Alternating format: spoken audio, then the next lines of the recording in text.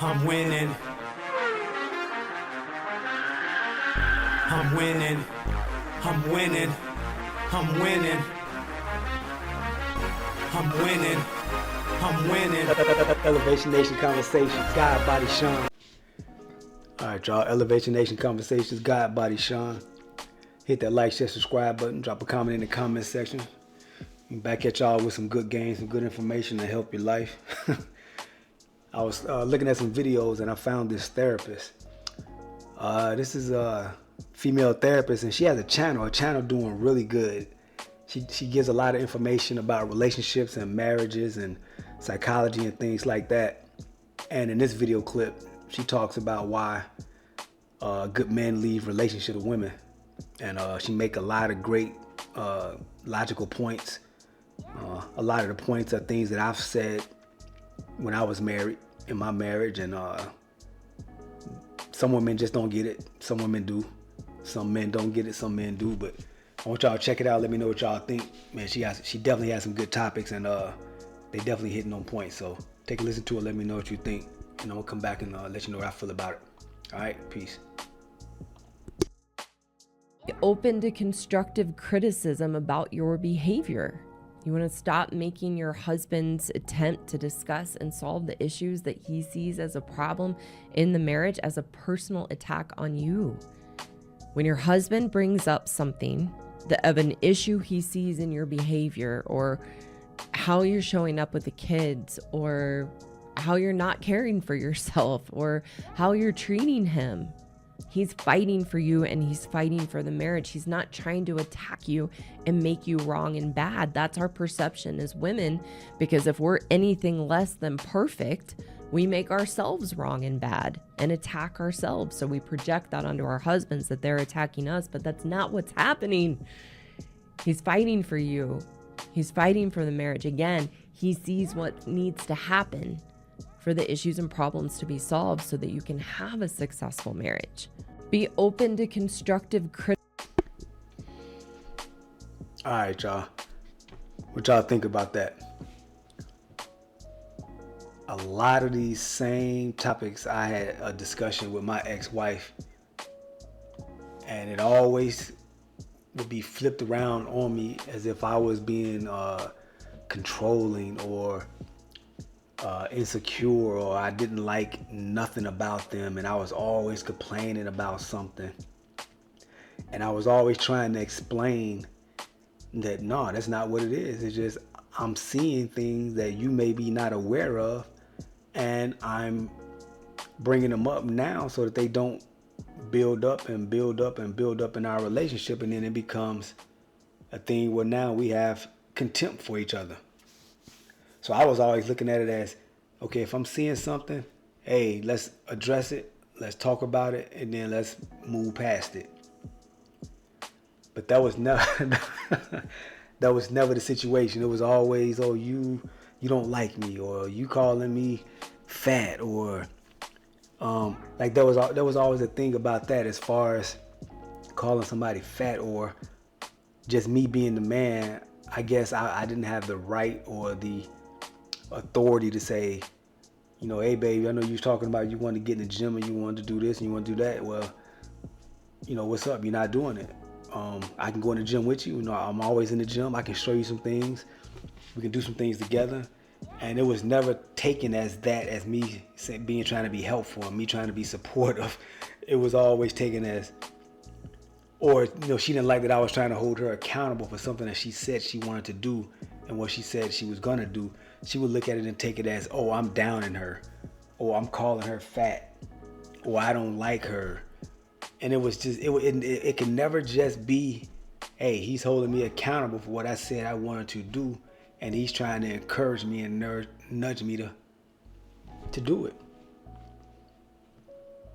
Made me feel like if I said anything, she's gonna take it the wrong way, and then now that's gonna lead to an uncomfortable household, bad energy going around, and, you know, no sex and just shit like that. And I always hated that about being married, that a lot of women have this idea or this concept that they let me see, they doing us a favor by having sex with us. Like, they don't get any pleasure out of it. It's only for us. They don't want it like we want it. It doesn't feel good to them. It's only for the man, and they doing us a favor by giving us some damn sex. I always hated that concept in marriage. They get mad at you, now we can't have sex. But yet, if a man get mad at a woman, he don't go around and say he not paying the bills. Or he not, taking out the garbage, or just whatever it is. So, that was one thing that I always looked at. I was like, nah, this don't make any sense. And it gives me justification hearing this therapist speak on it. She also said another thing, a topic, when she said, when the man say, they don't like how you're dealing with the kids, or they don't like how your interaction is with the kids. And I would see that sometimes, and I would say something about it. I'd be like, hey, this is our daughter. This is our only daughter. She's a good kid. Why you seem like you're so aggressive with her and so rigid and strict with her? She's only 7 years old, 8 years old, or whatever. She's young. And that always struck a nerve with me. And I would always say something about, like, hey, you coming off real just demanding and strict to her. And I could see it sometimes in my daughter's reaction and how she engaged with my ex. And I was like, that's an uncomfortable relationship. Child shouldn't be fearful and kind of, timid or scared to say something or do something around a parent. Like that never seemed right to me. Child should be free to do whatever they want. Just not do whatever they want to do, but feel free to be themselves and just be genuinely kids. And if they doing something wrong or whatever, then we correct them and we keep it moving. But a child should not be walking around like they're on eggshells and scared to do things. And that always rubbed me the wrong way. And a lot of times I felt like that in the marriage, where I felt like, or even now in just dating, when dating with women, you feel like you got to walk on eggshells. You have to walk on eggshells. If you say anything, anything about a behavior that they're doing, or something that they're saying, or how they expect you to react, or anything of that nature, you feel like you're walking on eggshells, because they're going to take it and they're going to flip it and they're going to take it and make it from an anthill into an anthill into a mountain. If you say one thing that you like, with me, I would ask a question. I'll be like, why do you do this? Or, why don't you like it when I say this, or whatever? And they would take that to the total extreme.